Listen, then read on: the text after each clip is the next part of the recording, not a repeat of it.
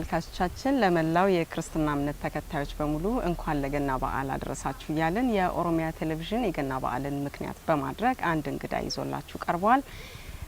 አቶ ዮናስ ደስታ የኢትዮጵያ የቅርስ ጥናትና ጥበቃ ባለስልጣን ዋና ዳይሬክተር ናቸው። አቶ ዮናስ እንኳን አደረሰክ። አመሰግናለሁ። እንኳን አብሮ ያደረሰን። የገና በዓልን ለማክበር እዚያ አዳማ ድረስ ተጉዘ መጥተህ ከኛ ጋር ለማሳለፍ ፍቃደኛ በመሆን እጅግ አድርጌ አመሰግናለሁ። በዓልን ከቤተሰብ ውጭ አሳልፈ ታውቃለህ?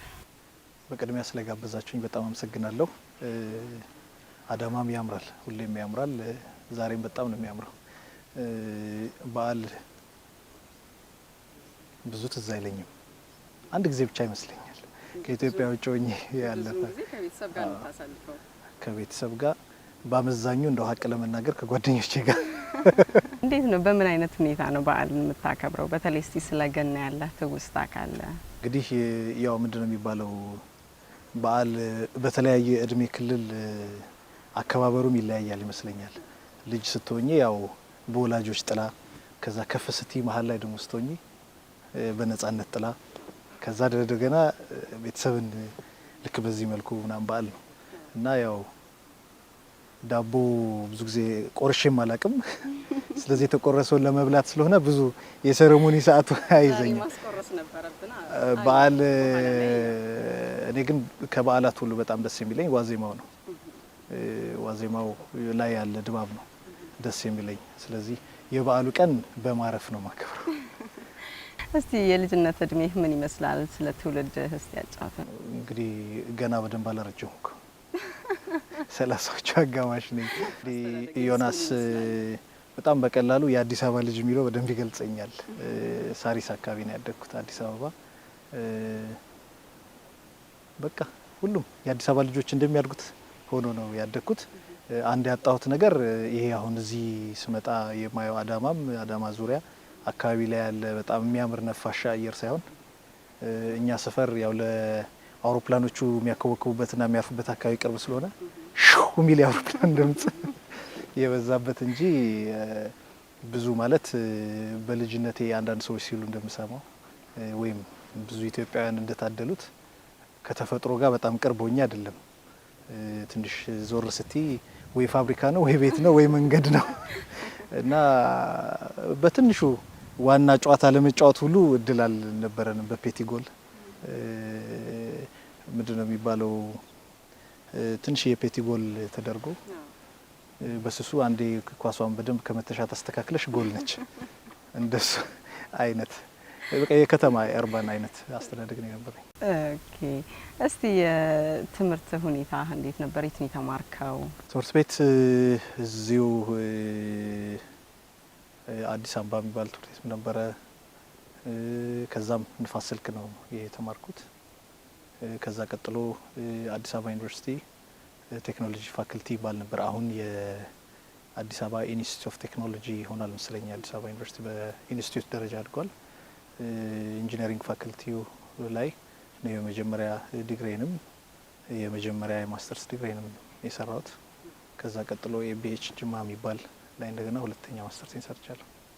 አሁን እንግዲህ ያው በኢትዮጵያ የቅርስ ጥናትና ጥበቃ ባለስልጣን ዋና ዳይሬክተር ሆነ እያገለገልክ ነው። እስቲ ወጣትነትና ስልጣን ምን ይመስላል? እስቲ እንግዲህ ይሄ ጥያቄ ግን ይሄ ወጣትነት ክልል የሚባል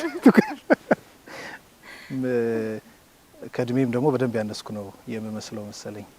ምክንያቱም የዛሬ ወደ 10 አመት ሊጠጋኝ ነው በምህንድስና ማስተሬት ከያዝኩ። ስለዚህ ወጣትነቱ ክልል ውስጥ እያልኩ አስባለሁኝ። 10 ምናምን አመት ስራ ላይ ያለሁኝ ከዳይሬክተር በላይ እንኳን ባለ ፖዚሽን 7-8 አመት ያልሆነኛል መሰለኝ። ከዚህም በፊት ድሮ ንግድና ኢንዱስትሪ ነበርኩኝ። ግን ደስ ይላል አሁንም እዛው ሁለቱም ምድብ መሀል ላይ ስለሆንኩኝ ደስ ይላል። እንግዲህ ከትምህርት ቤት 5 ኪሎ ግራጁዌት ለማድረግ የሰራሁት ፕሮጀክት ጋር በተያያዘ ነው። በቀጥታ አንድ የሚድሮክ አፊሌት የሆነ ኩባንያ ላይ የዚህ ኢንቫይሮንመንት ጋር የተያያዘ ቀጥሎም እሱ ነገር ያበረታታኝ ይመስለኛል። ስራዬ ጋር ስለተያያዘ ነው። ቀጥሎ ሁለተኛ ዲግሪንም አካባቢ ምህንድስና የሰራሁት እና ትሪትመንት ፕላንት ላይ ሱፐርቫይዚንግ መሀንዲስ ሆኜ ነው ስራ የጀመርኩት። ከዛ በኋላ እያለ ያው ህይወት የራሷ መንገድ አላት። የተለያዩ በተለይ ፕሮጀክቶች በጣም ይስቡኛል። የተለያዩ አዳዲስ ኢኒሼቲቮች እንደ እድል ሆኖ እንደገና በጣም ሩጫ የበዛባቸው ነገሮች ላይ ነው የሚያጋጥመኝ። እንደሱ ሆኖ የቀድሞ ንግድና ኢንዱስትሪ ስር ያለ ኢንስቲትዩሽን ውስጥ መስራት ጀመርኩኝ። እያለ አሁን ያለሁበት መንገድ አለኝ።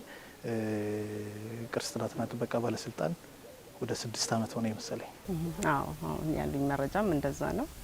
ያው እንግዲህ አሁን እንደገለጽከው ነው። እኔም አንዳንድ መረጃዎች ሳጠያይቅ ያው ወጣትነቱ አግዞታል ነው የሚሉት የስራ ባልደረቦችህም ሌሎችም ስላንተ ሳጠያይቅ በጣም ፈጣን እንደሆንክ፣ ተግባቢ፣ ለመፍትሄ ቅርብ ነው የሚሉ በርካታ ተመሳሳይ መረጃዎች ናቸው ስላንተ የደረሱኝና እንዳልከውም ነው።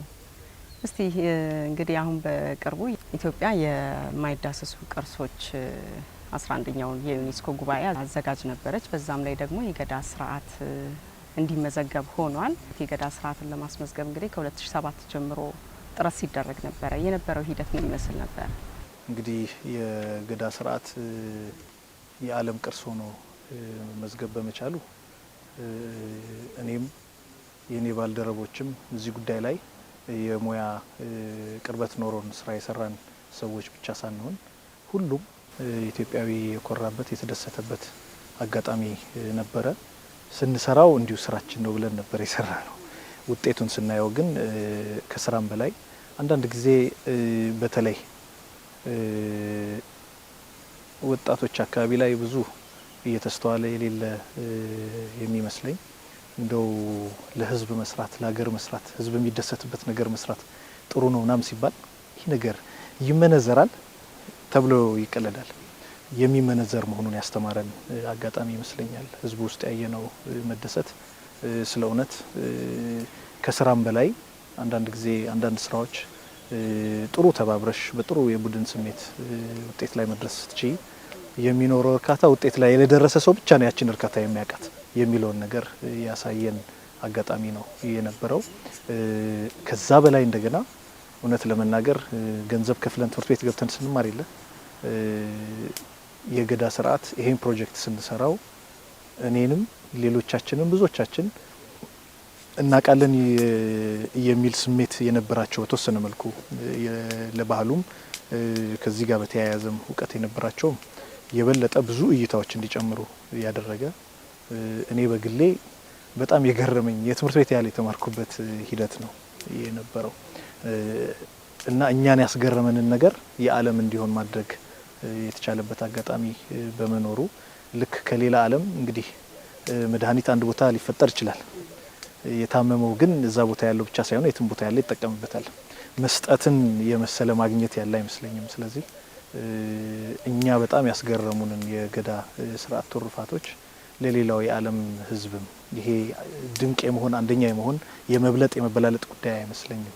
እኛ ጋር የነበረውን ነገር ግን አሁን የትም የዓለም ጥግ ላይ ያለ ሰው ከኛ እኩል ይሄንን ነገር የማወቅ እድል ፈጥረንለታል። እውነት ለመናገር ያለፉት 3 አመታት የራሳቸው የሆነ እያንዳንዳቸው ምናልባትም ሂደት ውስጥ ያለፍን ሰዎች በተወሰነ መልኩ ዶክመንት ልናደርጋቸው የሚገቡ ለሌሎች ተመሳሳይ ስራዎች ብዙ ትምህርት ልንወስድባቸው የሚገቡ ነገሮች አሉ ብዬ አስባለሁኝ። ላለፉት 3 አመታት እንዲሁ አንድ ጥናት አንድ ቡድን ሰብሰብ ብሎ ለሙያው ቅርበት ያለው ወይም ለዶክመንቶቹ አክሰስ ያለው የመስራት ጉዳይ ብቻ አይደለም የነበረው። ምናልባት መጀመሪያ ላይ የነበረውን ብናየው 2007 አካባቢ ላይ የገዳ ስርዓት የማን ነው ባለሙያዎች የሚጽፉት ፊክሽን ነው ወይስ የሚለው ጥያቄ መመለስ ነበረበት። ስለዚህ መጀመሪያ ላይ በአግባቡ ህዝቡን ያሳተፈ አሁን እቺ ቀለል ያለች ነች በቃላት ስትገለጽ፣ ግን ለማሳተፍ ምን ማለት ነው ሲባል አንዱም ከመስፈርቶቹ ኮንቬንሽኑ ላይ አንዱ ጥያቄው የአንድ ተቋም የመንግስት የመሳሰል አይደለም መሆን ያለበት የህዝብ ጥያቄ ነው መሆን ያለበት። ስለዚህ የኮሚኒቲ ኮንሰንት የሚለውን ነገር በተሟላ መልኩ እናሟላ ብለን ስንነሳ የገዳ ስርዓትን በዩኔስኮ ይመዝገብልኝ የሚለው መመዝገቡ ፋይዳው ምንድነው የሚለውን ነገር በትክክል የስርዓቱ ባለቤት የሆኑት ህብረተሰብ ክፍሎች ጋር ወርደን መስራት አለብን። ስለዚህ ያን ግንዛቤ መፍጠር የራሱን የሆነ ጊዜ፣ ገንዘብ፣ ጥረት ይጠይቅ ነበረ። አንዳንዶቹ እንደገና ከገዳ ስርዓት ጋር በተያያዘ አንዳንድ ፌስቲቫሎች አሁን ስለ ፌስቲቫል ከሆነ የምንናገረው እንደው ለአብነት ነው ማነሳው አንድ ቀን በቃ በአመት ውስጥ አንድ ቀን ተጀምሮ የሚያልቅ ከሆነ ያችን ቀን ተጠብቅና በቃ ያልቃል። ከገዳ ስርዓት ጋር በተያያዘ ግን የስልጣን ሽግግሩ ሲባል የመሳሰለ ሲባል በሁሉም የኦሮሚያ ዞኖች ላይ ያለው እንትኑ መሰረታዊ እሴቱ ተመሳሳይ ሆኖ ግን መገለጫዎቹ ይለያያሉ። ስለዚህ ሁሉንም በዓላት መጠበቅ ነበረብን እና በጣም አድካሚ ነበረ። ሪሶርሱም ምናልባት ትልቅ ቢግ ፒክቸሩን በደንብ ፕሮጀክት ውስጥ ለሚሳተፍ ሰው ካልሆነ በስተቀር መዝረክረክ እስኪመስል ድረስ አንዳንድ በዓላቶቹን የግድ መጠበቅ ነበረብን። ብዙ ሰው መሄድ ነበረበት። የዶክመንቴሽን ስራዎች መሰራት ነበረባቸው። ጎን ለጎን እንደገና ብዙ ጥረቶችና አመት ያህል የፈጀብን በጣም ብዙ ዶክመንቶችን ህይወት ባላቸው መልኩ ምክንያቱም ቲያትር መስራት አንችልም። የትክክለኛ በዓላቶቹ እንደገና በጣም ብዙ ሺህ ሰው የሚሳተፍባቸው ስለሆነ ብዙ ሺህ ሰው ዩኔስኮ ሊመዘገብ ነውና እባካችሁ እስቲ እንደው የገዳ ስርዓት አስመስሉልን ሊባል አይችልም። ከትርጉምም አንጻር ከሎጂስቲክስም አንጻር አያስኬድም። ስለዚህ ከእቅድ አንጻር ግን ደግሞ ሲወሰድ ከሚወስደው ሪሶርስ ከሚወስድብን ጊዜ የመሳሰለ ጋር ደግሞ ለኛ ደግሞ አድካሚ ነው። ስለዚህ ሁለቱን ማቻቻል ነበረብን። የመጀመሪያው አመት ረቂቅ ዶክመንቱ ከተዘጋጀ በኋላ የዶክመንቱ ማጣቀሻ የሆኑ ሰነዶች ጋራ የውይይት መድረኮችን ያዘጋጀ ነው። በሳይንቲፊክ ሰርክል የሙያ ቅርበት ኖሯቸው የሙያ አናሊሲስ ሊሰጡ የሚችሉ ሰዎች የግድ እንደገና ባለሙያ መሆን ሳይጠበቅባቸው አባቶች፣ እናቶች የተለያየ የነሱ እይታ አለ። ምናልባት በጽሁፍ በፊደል አልተጻፈ ይሆናል በመናምን አላለ ይሆናል ግን መሰረታዊ ነገሩን እዛ ጋር ነው በአብዛኛው ያገኘ ነው። ስለዚህ እነሱ ጋር እንደገና እዚህ ጋር ሊባል የተፈለገው ነገር በሚገባቸው ቋንቋ ቀርቦ እነሱ ጋር ያሉ አስተያየቶች እንዲሰጡ ሙሉ ተሳትፎ እንዲኖረው ምክንያቱም ይሄ የዓለም ቅርስ ምዝገባ በመሰረቱ ሄዶ የሆነ አንድ ሰርቲፊኬት የማግኘት ጉዳይ ሳይሆን እንትኑንም ጭምር ነው። ሂደቱ ላይ የምንሰራቸው የዶክመንቴሽን የመሳሰሉ ስራዎች እኛንም ያስተምሩናል። እነሱን በደንብ አድርገን እያደራጀናቸው ስንሄድ እንደገና ያ መጨረሻ ላይ ውጤት ላይ የምንለው የገዳ ስርዓት ምንድነው የሚለውን ነገር ዶክመንት ለሚቀጥለው ትውልድ የሚተርፈውን ነገር አሻራ ነው እያስቀመጥን የምንሄደው። ሂደቱ ነው በጣም ኢምፖርታንት እና ሁሉንም ለማሳተፍ ተሞክሯል። ስለዚህ ሁለተኛው አመት ላይ የምናቀርበው ሰነድ ሄዶ ውጤት ማምጣቱ ብቻ ሳይሆን በትክክል ይሄ ቀረብን፣ ይሄን ነገር ብናየው ኖሮ፣ ይሄ ነገር እንደዚህ ቢሆን ኖሮ የሚባሉ ነገሮችን በተቻለ መጠን ክፍተቶችን በሙሉ ነፃ የሆነ እንዲሁ የመመዝገቡ ጉዳይ ብቻ ሳይሆን ለዓለም የምናበረክተው አንድ ድንቅ ነገር ነው ካልን የሆነ ነገሩን አጎዳድለን አይደለም መሆን ያለበት። ስለዚህ ያንን ሂድ የሚል ነው። እዚህ ላይ የኦሮሚያ ባህልና ቱሪዝም ቢሮ በጣም ትልቅ ሚና ነው የነበረው። እንዲሁ ዝም ብሎ አንድ መጽሐፍ የመጽሐፍ ጉዳይ አይደለም። የቪዲዮ ዶክመንቴሽኖች ነበሩ። እነዚህ ቅድም የጠቀስኳቸው የህብረተሰብ ክፍሎች አንዳንዶቹ በጣት አሻራቸው ሳይቀር ብዙ ሺህ ሰዎች መፈረም ነበረባቸው።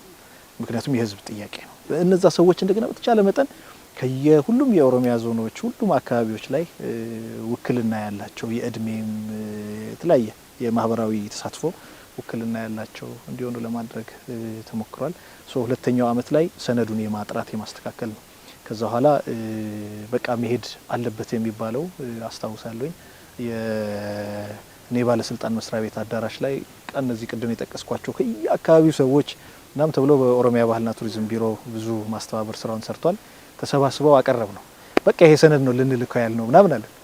ብዙ ነው ያወያየን ሰነዱ። በቃ የመጨረሻ ነው ሲባል ያደርጋል።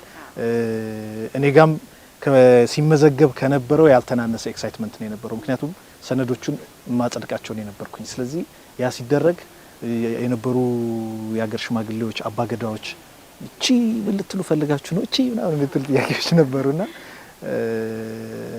ቆንጆ ነበረ። ትንሽ የማይባሉ ሰዎችም በማህበራዊ ሚዲያውም በተለያየ መልኩም መነሻው መቆርቆር ነው፣ ይሄ ነገር ይገባዋል የሚል ነው። ግን መቆርቆሩ ኮንቬንሽኑ ምን ይፈልጋል፣ ሂደቱ ምን ይመስላል የሚሉ ፕሮፌሽናል አስፔክቶቹን ትንሽ ባላየ መልኩ ነው የነበሩት ጥያቄዎቹና እነሱም የሚጭሯቸው ጥያቄዎች ይሄ ነገር የሚሉ ነገሮች ነበሩ። ብዙ ቀናት ነው የፈጀብን። እሱ ሁሉ አጥርተን ቪዲዮዎቹን ምኖቹንም አድርገን ቪዲዮ ላይ ያጻጋ ያለው ልጅ ቪዲዮ ላይ እንግዲህ ቪዲዮ ተሰርቶ ዶክመንተሪ ፊልም እንዴት እንደሚሰራ እናንተ በደንብ ታውቁታላችሁ። ማአት ጊዜ ፈጅቶ ቅድም በጠቀስኩት ማአት ፕሮግራም ነውና አንዱ በዓል ላይ ያለው አንድ ትንሽ ልጅ ሳምሰንግ ሚል ካኔቴራ ለብሷል እና ይሄ ሳምሰንግ ሚል ካኔቴራ የኛ ባህል አይደለም ይውጣ እንግዲህ እንዴት አድርገን ያን ካኔቴራ እናውጣው ያ ፕሮግራም ድጋሚ አንሰራው በመሰረቱ ግን ኮንቬንሽኑ አይቃወም ምክንያቱም ህዝቦች በቃ በሚኖርበት መልኩ የዛሬ 100 ዓመት የነበረው ህብረተሰብ አይደለም ለማቅረብ የተሞከረው ዛሬ ህይወት ሊኖረው ይገባል ይለዋወጣል ህብረተሰብ በሚቀበለው መልኩ መለዋወጡ ተፈጥሯዊ ነው ስለዚህ እነሱ ነገሮች ጭምር ማስረዳት ነበረብን ጥያቄውም ትክክል ነው ባህሉን በደንብ ለመጠበቅ ነው እንግዲህ እኛም መልሳችን ትክክል ነው እውነታው እሱ ስለሆነ የዛ አይነት ብዙ የሚያዝናኑም የሚገራርሙም ገጠመኞች ነበሩት እነሱን ሁሉ አልፎ ላክ ነው ከተላከ በኋላ ፕሮሰሱን ተከትሎ የራሱ የቴክኒካል ሰርክሎች አሉ ዩኔስኮ ላይ የመጀመሪያ መሰረታዊ የሆኑ የተባበሩት መንግስታት ኮንቬንሽኖችን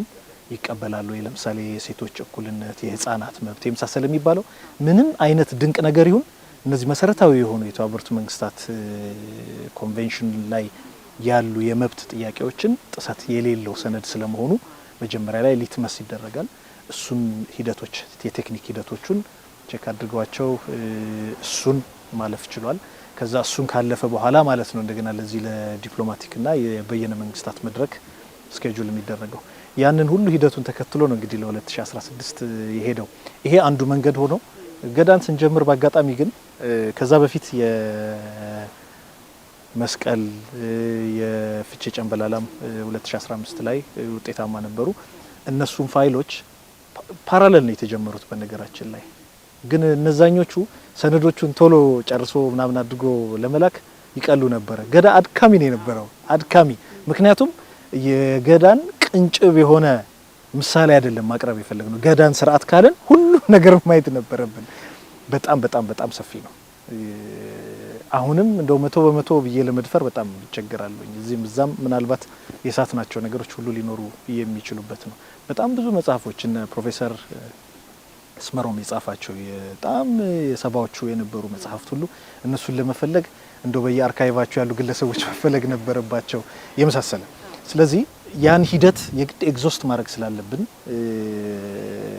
እነዛኞቹ ቶሎ ማቹር አደረጉ ሰነዶቹ እና ሄዱ በእነሱ ግን ስንማር እንዴ ባለጉዳይ ለምሳሌ መስቀል ላይ ጀምሮ ባለጉዳይ ብቻ ሆነ ሳይሆን ለምን ወደ ኮሚቴው አንመጣም ማለት ጥሩ ስኬት ሆኖልን 2013 ላይ ነበረ ኢሌክሽኑ እሱኛው ላይ ከኛ ክፍለ አህጉር ብለን ወደ 24ቱ ድምጽ ሰጪ ኮሚቴዎች ስዕል ውስጥ መምጣት ቻለን ስለዚህ እዛኛው ላይም ራሱ የዩኔስኮ ኮንቬንሽኑ ምንድነው እነዚህ በየነ መንግስታት አገራት እንዴት ነው ውሳኔዎችን የሚወስዱት የመሳሰለ የሚለው ልምድ ያገኘንበት መጣን እሱም ጠቅሞናል ከዛ ቀጥሎ እንደ ነገር ታዲያ እዚህ ደረጃ ከደረሰ ለምን ራሱ ጉባኤውን ገዳን ማስመዝገብ አንድ ነገር ሆኖ በተለይ ደግሞ የገዳ 2016 ላይ መታቀድ ስናይ በጣም አበረታታን ምንድነው የሚባለው ለምን ድንቅ የሆነ ነገር ስለ ዲሞክራቲክ ስርዓት እያወራን ከሆነ ዲሞክራቲክ ሆነን እንዴት ማስተዳደር እንደምንችልም እንሞክረው የሚል ፕሮፖዛል መጣ ከዛ በኋላ ጥያቄውን ወደ እነሱ አቀረብን አገራችንን እንድታስተናግድ እኛም በሊቀመንበርነት አመቱን 2016 ላይ በሙሉ 2016 ላይ ነበሩ ከኮንቬንሽኑ ጋር የተያያዙ ነገሮችን እኛው እንድንሰራው አጋጣሚ ሰጠ ይሄን ጥያቄ እኛንም ጠይቀን ለመመለስ የጣርነውን ጥረት ሌላውም እንዲያቅ የሚያነቃቃው የሚያነሳሳው ነገር መፍጠር ችለናል ስለዚህ የቱን ቦታ ሄደን ገዳ ብንለው ኢትስ ዩኔስኮ ሪኮግናይዝ ተደረገ ነው ቢባል በጣም አሁን የቴክኖሎጂ ዘመን ነው በጣም በቀላሉ ጉግል አድርጎ ማከለኛ የሚባል መረጃ ላይ ሊደርስ የሚችልበት ነው ስለዚህ እነዚህን ሁሉ ነገሮች ያጠቃለለ ሂደት ማሰሪያው ውጤት ሲሆን ታሪኩ ላይ የተሳተፍን የተጫወትንና ውጤቱን ማየት በመቻላችን በእውነት በጣም ነው ደስ ያለን አንዳንዴ እንዲያውም ደስታችንን በዛ አጋጣሚ ስንገልጽ የተገረሙ ነበሩ በተለይ ፈረንጅ ወዳጆቼ በአጋጣሚ ደግሞ ይሄን አመት የኮንቬንሽኑም ሊቀመንበር የመሆን እድሉ ነበረኝና ጉባኤውን በሊቀመንበርነት መራ ስለነበርኩኝ ብዙ ነገሮች ላይ ቁም ነገሩ ላይ ስበዛ ብቻ ነው የሚያቆኝ ተሰብሳቢዎቹ እነዚህ ከውጭ የመጡት 790 ሰዎች የሚያቆኝ እንግዲህ እንዲሁ አንቺው እንደተጠቀስሽው ሲያዩኝ ለስብሰባው የመጀመሪያው በጣም ወጣቱ ሊቀመንበር ነው ሳሎን አልቀርም። ከኔ ቀጥሎ በጣም ወጣት ዳታው ላይ ሳየው በ21 አመት ይበልጠኛል መሰለኝ እና ጉባኤውን ስከፍተው ያልኳቸው እሱ ነው። በጣም እድለኞች ናቸው ወጣት የሆነ ግን በጣም ደግሞ ስትሪክት የሆነ በዛ አይነት መልኩ ስለነበረ ግን ይሄ ነገር ግን ሲሆን ቅድም በጠቀስኳቸው ምክንያቶች ሁላችንም በጣም ተደስተን ነበረ እና ደስታችንን ኢትዮጵያዊ በሆነ መልኩ ነው የገለጽ ነው። ይሄ የተጠና አይነት የደስታ አገላለጽ ጭብጨባ ብቻ አይደለም የነበረው። መጨፈር ካለብን ጨፍረናል የሆነ ነገርና በጣም ደስ የሚል ነበር ለብዙዎቻችን። እስካሁንም ትዝ የሚለን በየማህበራዊ ሰርክሎቻችን አሁንም እንዲህ ነበር ብለን እንደገጠመኝ የምንናገረው ታሪክ ሆኗል። አንዱ ጋዜጠኛ እንዲያውም ልክ እንደተመዘገበ ከክቡር የኦሮሚያ ክልል ፕሬዝዳንት ጋር አብረን ነበርንና እሳቸው ጋራ ተቃቅፈን በቃ ምናምን ብለን ጨፍረን ደስ ብለን ጋዜጠኛው መጣና ምን ተሰማ አለኝ። እንግዲህ ሰው እየጨፈረ እየተደሰተ እያለ ምን ተሰማ ሲለኝ እንግዲህ እኔ ወንድ ነኝ እንግዲህ ወልጄ አላውቅም፣ ግን ስስለው 3 አመት ያረገዝነውን ልጅ እንግዲህ እናቶች ሲወልዱ በጣም ሲጨነቁ እናያለንና ልክ ግን የወለዱባት ደቂቃ ላይ ግን ያ ሁሉ ጭንቀት ምናምን ረስቶት ሲስቁ ነው የምናየውና እንግዲህ ያንን ምሳሌ ሰጠው። እንግዲህ የሆነ ያረገዝነው ልጅ ወልደን ነው አልኩት። በጣም ብዙ ሰው በየሶሻል እንትኑ ላይ ትዊት ተደርጓል። በጣም የሚገርም ነበር። የነበረውም ሂደት አድካሚ እንደነበረ በጣም ግልጽ ነው። ግን ያው መጨረሻ ስኬቱ ባየነው መልኩ ተጠናቋል። ያው ቀንጨባ አድርገን ለተመልካቾቻችን የገዳ ስርዓት በዩኔስኮ ሲመዘገብ የነበረውን ድባብ ቀንጨባ አድርገን አሳይተናችሁ እንመለሳለን። Can we then adopt the decision as a whole as amended?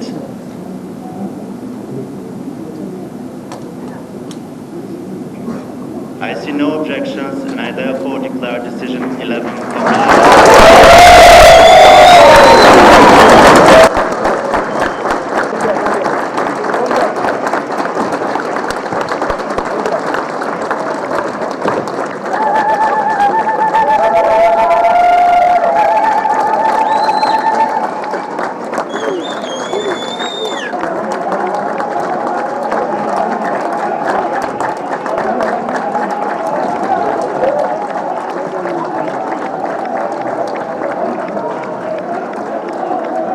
ተመልሰን መተናል። ተመልካቾቻችን አቶ ዮናስ እንግዲህ የገዳ ስርዓትን በማስመዝገብ ሂደት ውስጥ የነበሩትን ግልጽ አድርገህ በሰፊው አጫውተናል።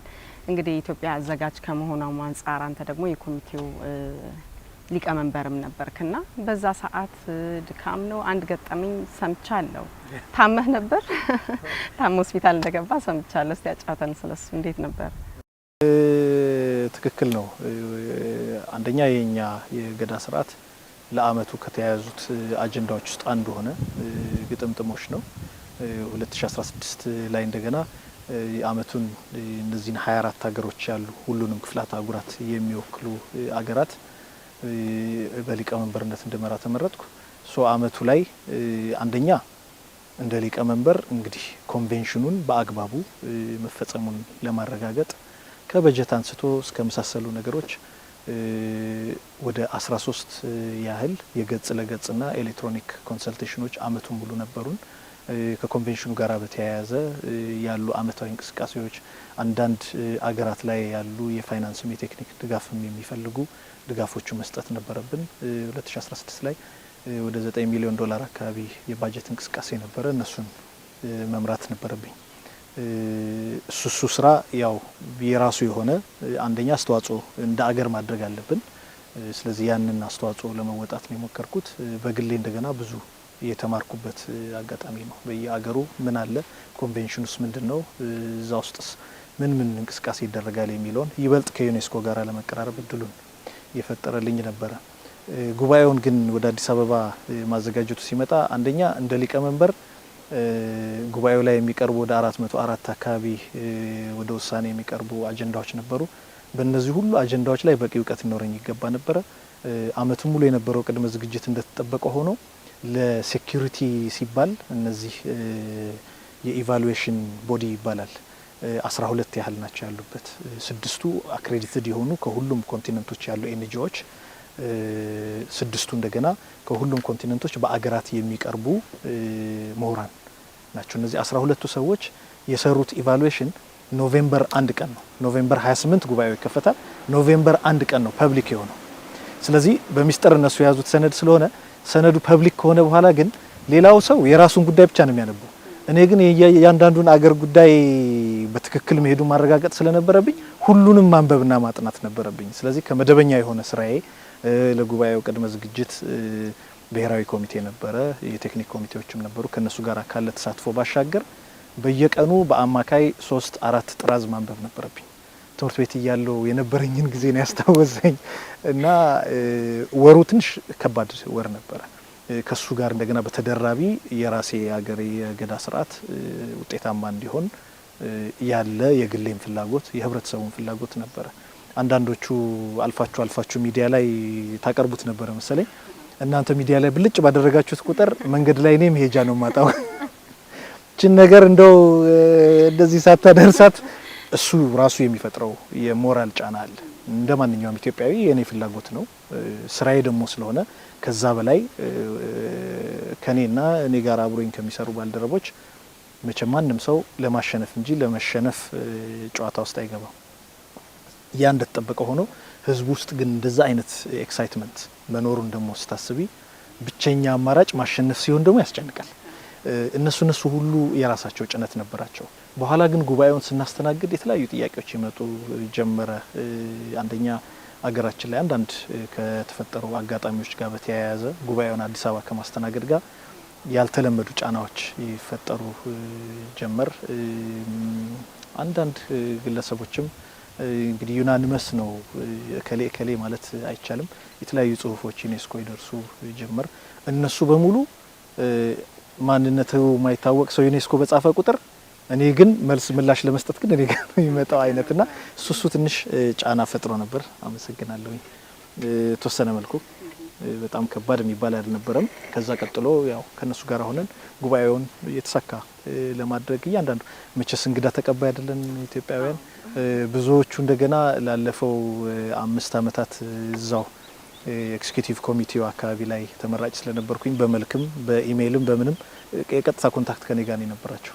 ስለዚህ በጣም ቀላል ከምትባለው ጥያቄ አንስቶ የሆነ የተለያየ የጤና ኮምፕሊኬሽንስ ካለባቸው ድረስ ብዙ ነገር ይጠየቅ ነበርና እሱን ሁሉ ብቻ ሲባል እኔም የኔም ቡድን ላይ በጣም ደክመን ነበር እና መጨረሻ ላይ ስብሰባው ሊጀመር ሰሞን አካባቢ ላይ ትንሽ ጥሩ የጤና ስሜት እየተሰማኝ አልነበረም።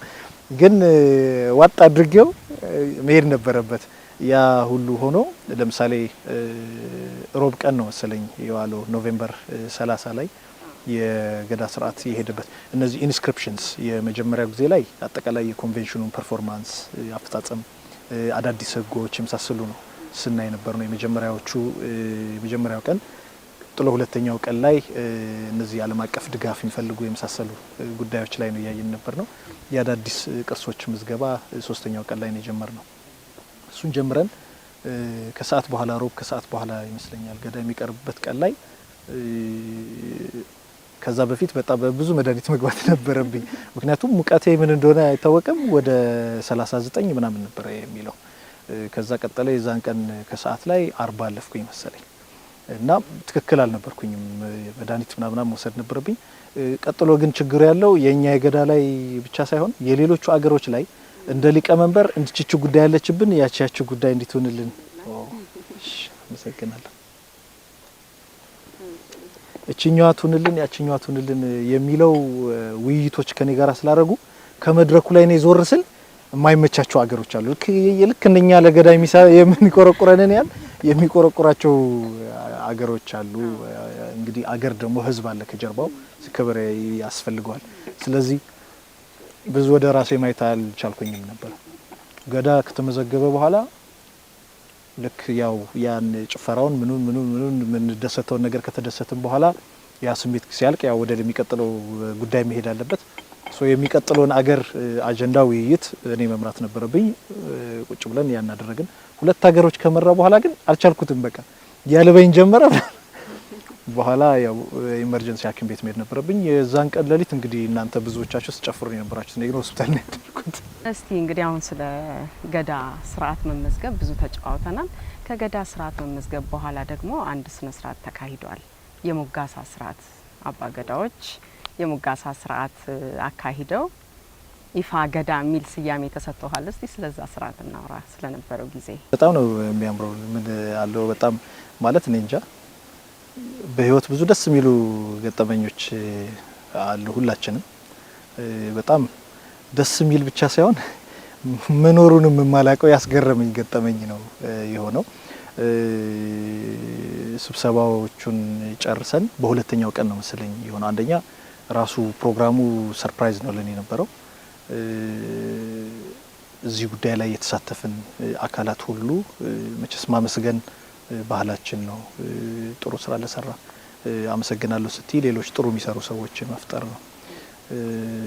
በዛ እሳቤ ነው የኦሮሚያ ብሔራዊ ክልላዊ መንግስት ያዘጋጀው። ብዙ አባቶች ከሁሉም ዞኖች የመጡ ደስታቸውን ለመግለጽ የመጡ ሰዎች ባልተመለሱበት ሁኔታ እስቲ ሁላችን ባለንበት የሚል አይነት ፕሮግራም ነው። አንደኛ በጣም ብሔራዊ ክልላዊ መንግስቱን የማመሰግነው ነገር ቢኖር እንዲሁ እዛ ጉዳይ ላይ እንግዲህ የተቋሙ መሪ በመሆኔ ዩኔስኮ አካባቢም በነበረኝ ሚና የራሴን የሆነ ድርሻ ተወጥቼ ሊሆን ይችላል። ግን ይሄ ስራ ሲሰራ ቅድም ለጠቅሰው እንደሞከርኩት 3 አመት ያህል በጣም ብዙ ውጣ ውረዶች ነበሩት። እዛ ውስጥ ከውጣ ውረዶች ውስጥ አንዱ የመንገድ ኮረኮንችም ሊሆን ይችላል። ስለዚህ እዛ ጋር ካሜራቸውን ጭነው የሄዱ ባለሙያዎች፣ እነዚህን ያጓጓዙ ሾፌሮች፣ የቴክኒክ ስራውን የሰሩ ኤክስፐርቶች መዘንጋት የሌለባቸው ናቸው። ሲያልቅ ስዕሉ ላይ ያሉ ሰዎች ብቻ አይደሉም። ስለዚህ ሂደቱ ላይ ዮናስ ብቻ አይደለም፣ ዮናስ ቲም ምን ይመስል ነበር የሚለውን ነገር በትክክል ያሳየ እኔንም በጣም በገረመኝ መልኩ ከኔ ባለስልጣን መስሪያ ቤት እዚህ ጉዳይ ላይ ተሳትፎ ካደረጉ ሾፌሮች አንስቶ ፎቶግራፈሮች፣ ኤክስፐርቶች ሁሉንም በሚያመሰግን ሰርፕራይዙ ራሱ ስርዓቱ በጣም ማለት ብዙዎቻችን ትምህርት ልንወስድበት የሚገባ ምስጋናውን ብሔራዊ ክልላዊ መንግስቱ እንዲሁም የኦሮሚያ አባቶች ያደረጉት ለአንድ ሰው ለሁለት ሰው ለሶስት ሰው አይደለም፣ ለሶስቱ አመት ነው። መጨረሻ ላይ ለነበረው የተባበሩት መንግስታት አዳራሽ ላይ የመጀመሪያው የማመሰግነው ሳይሰለቻቸው ሳይደክማቸው ሙሉን ስብሰባ ምናልባት እኔ ጋር ማይክሮፎን ኖሮ ይሆናል መዶሻ ኖሮ ይሆናል ሙሉን ስብሰባ አባገዳዎቹ ፊት ለፊት አያቸዋለሁ እንትኑ ላይ መቀመጫዎቹ ላይ ከኋላ ተቀምጠው ሙሉን እንግዲህ ስብሰባው በእንግሊዘኛ በፈረንሳይኛ በውጭ ቋንቋዎች ነው የነበረው። በምን አይነት ኢንተርፕሬቴሽን እንደሚከታተሉን ይሰለቻል በማትሰማው ቋንቋ መሆኑ። እኛ እንኳን እንደው አንድ ቋንቋ እንኳን ሰምተን አንድ ሰው ፈረንሳይኛ ሲናገር ባስተርጓሚ ሲሆን ትንሽ ያደክማል። ሙሉን 6ቱንም ቀን አያቸው ነበር ፊት ለፊት። ያው ገዳ እስኪመዘገብ ድረስ ዋ የሚል መልእክት አድርጌ ነበር የሚወስደው ቀናት ነው እነሱ። ያንን ማድረጋቸው በራሱ ለስራችን የሰጡትን ክብር ነው የሚያሳየው። የመጀመሪያው ክብር ሌላ ነገር አይደለም። አንድ ሰው የምትሰራውን ስራ አይልሃለሁ በጣም ሰው ያከብርልኛል ካልሽ ትልቅ ክብር ነው።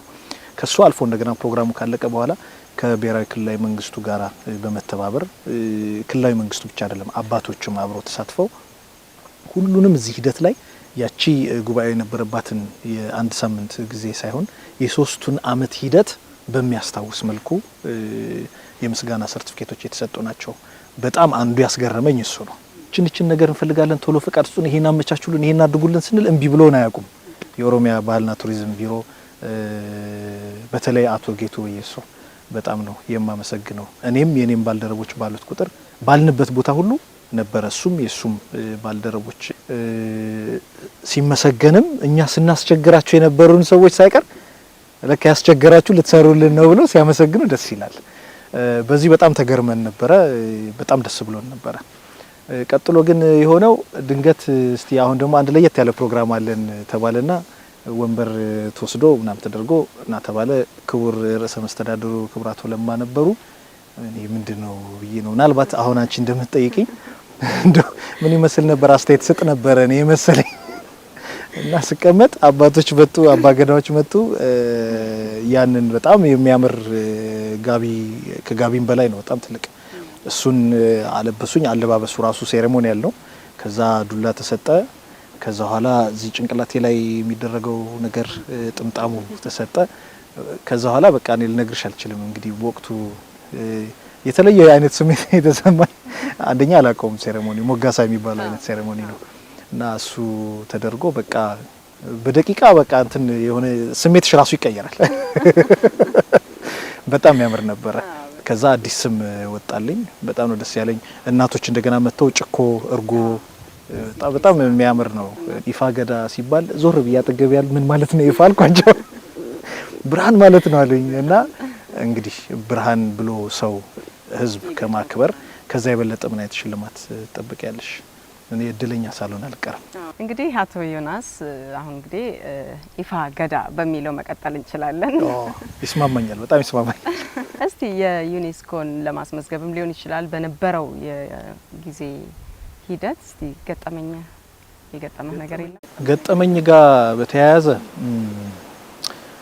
ከዩኔስኮ ጋር ከዚህ እንደ ዩኔስኮና ገዳ ጋር ብቻ የተያያዘ ገጠመኝ ከሆነ አንድ ሁለት ገጠመኞች መስጠት እችላለሁኝ በጣም ብዙ ነው ግን ያሰለችሻል በነገርሽ አንደኛው ገጠመኝ እና የገረመኝም ሾክ ያደረገኝም የተመዘገበ ቀን ሁለተኛው ቀን ላይ ነው መሰለኝ ያው የኔ እንግዶች ብዙዎቹ በተለይ ሴክሬታሪያቶቹ ሸራተን ነበር ያረፉት እኔ ቤቴ ቆይቼ እነሱን ጧት ሄጄ በተለይ ከኔ ጋር የሚሰራውን ሴክሬታሪያቱን ሰውዬ አግኝቼው ጧት ላይ ቁርስ ከሱ ጋር አብረን በልተን ወደ ስብሰባ አዳራሽ ምን ሄደው እና ስመጣ የሆኑ ሰዎች መንገድ ላይ አስቆሙኝ እንደዚህ ዳር ነገር አስይዘው መኪና ራሴ እየነዳው ነው የሚሄደው እዛ ብሎክ ነገር አደረጉኝ ከዛ ምን ሆኖ ነውና ብዬ ያልተለመደ ነውና የሆነ ምልክት ያሳዩ ምንድነው ና ብዬ እኔ መሰለኝ የሆነ ነገር እኔ መኪና ላይ ያዩ ምናምን መሰለኝ እዛ ዳርጄ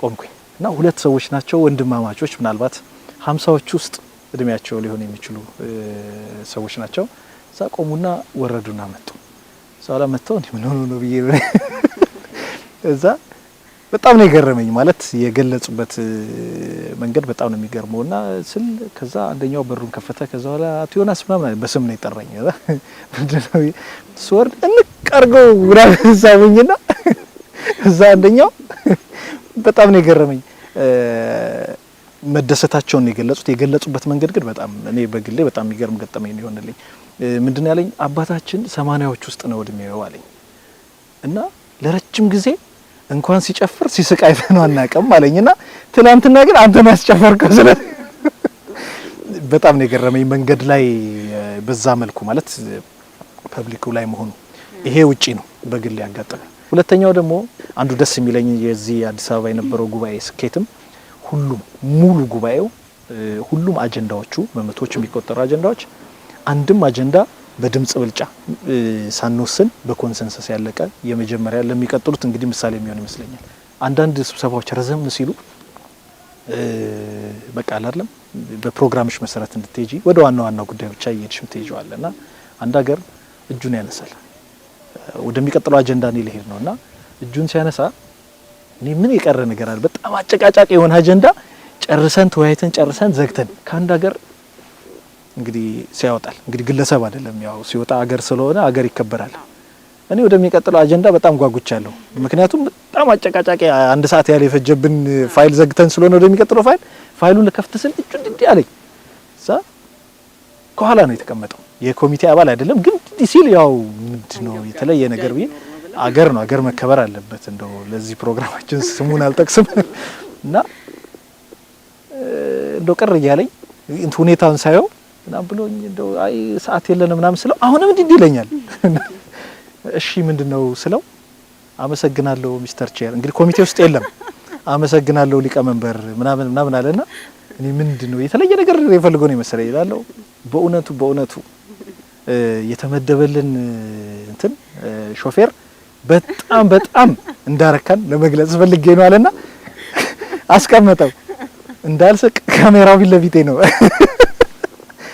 በጣም ነው አዳራሹ ይሳቀው ማለት ሌላ መልእክት ለሱ ፍራስትሬት እንዳያደርግ ብዬ ዝም ብዬ አይ በጣም እናመሰግናለን ምናምን አልኩት ቅድም ያልኩትን ነገር የሚያረጋግጥ ይመስል የዚህን ያህል ስብሰባው ላይ አንዳንድ ጊዜ ምን ውስጥ እንዳለንም ምናልባት በዛች ደቂቃ ይሆናል የገባው ምን ውስጥ እንዳለን እንትን ያለው ነገር ላይኖር ይችላል እንጂ እንዲህ አይነት ገጠሞች በጣም ብዙ ነበር። አዳራሹ ላይ መድረክ ላይ ስትሆኝ ያው ዋጥ ያደረግሻቸው ወደ እንትኑ ትሄጃለሽ። ግን ለግሌ ግን እንደው ለዳያሪ የሚበቁ አንዳንድ ገጠመኞች ነበሩ። አቶ ዮናስ ጊዜህን ሰውተህ እዚህ አዳማ ድረስ ተገኝተህ ይህን ውይይት እንድናደርግ ፈቃደኛ ስለሆንክ በእውነቱ በተመልካቾቻችንም በኦሮሚያ ሬዲዮና ቴሌቪዥን ድርጅት ስምም እጅግ አድርጌ አመሰግናለሁ። ተመልካቾቻችን የገና በዓልን በማስመልከት ከአቶ ዮናስ ደስታ ወይም ኢፋ ገዳ ጋር የነበረን ቆይታ ይህን ይመስል ነበረ። መልካም በዓል።